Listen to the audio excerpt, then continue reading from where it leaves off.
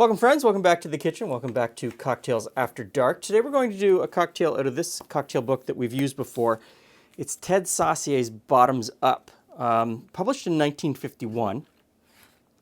And it's actually signed by Ted.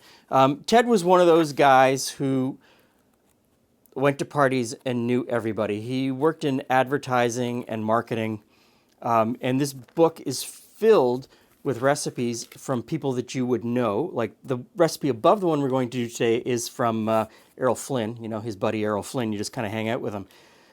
And they're recipes from all over the globe because he did a lot of traveling. And this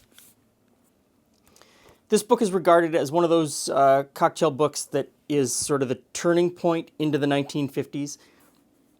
He brings in a lot of new recipes and a lot of new ingredients, and it is a well-regarded cocktail book. I can't show you much of what's in this cocktail book because we would become demonetized by YouTube.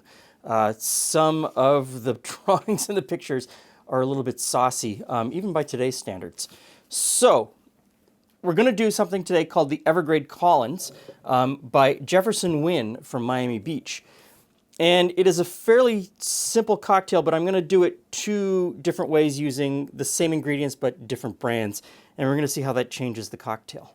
So cocktail one is going to be made as in the book. We're going to use a dry gin, and this is a dry gin that I really like. You've seen it before on the show.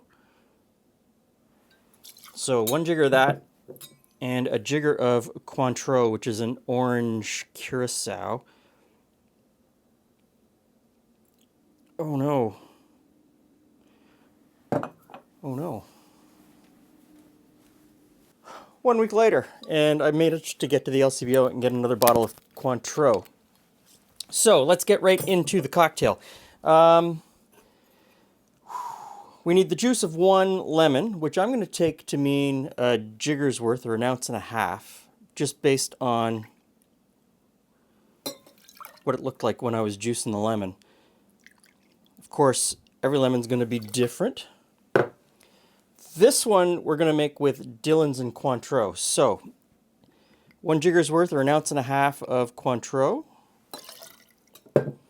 And 1 jigger's worth, or 1.5 ounces of the Dillon's rye gin.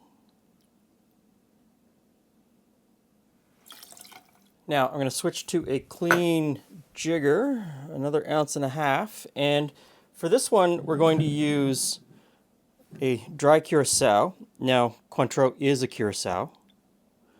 This is just a different brand. And we're going to use the Ungava gin and see how this works out.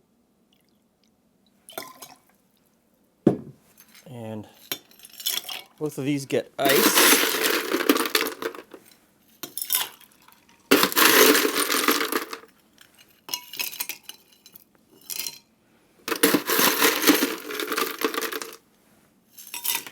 Now it doesn't say how much ice to put in the glass. I just chose an arbitrary amount, and we're supposed to fill with club soda. So, hey Glenn, hey Jules. friends.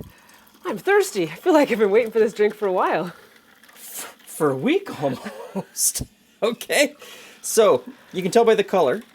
2 different gins. There we go. Look at that. This one is the Ungava. Oh, I was thinking I got to do some stirring. Oh, go ahead. Oh, no, you've got it now. Oh.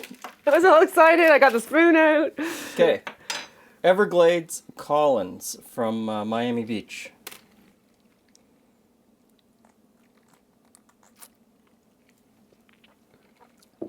Oh, that's refreshing. It's very cold, but it's refreshing. Yeah. It's very refreshing. That's almost a gin drink for people that don't like gin. Without being too lemony. Yeah. I was a little worried with all the lemon in it. Quite a bit of lemon, yeah.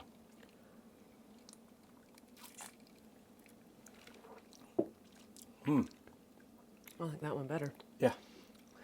I do too. Okay.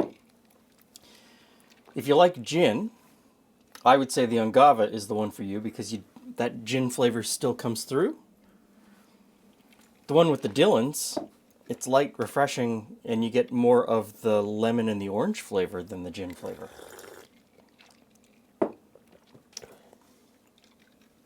Yeah, definitely like that one better. Okay. But they're both nice and refreshing. It's, sometimes, the difference is just a preference. Great summer drink, patio sipper. All right, in that case, I'm going outside. Easy to make, Chip. Okay. Thanks for stopping by. I'm out of here. See you again soon.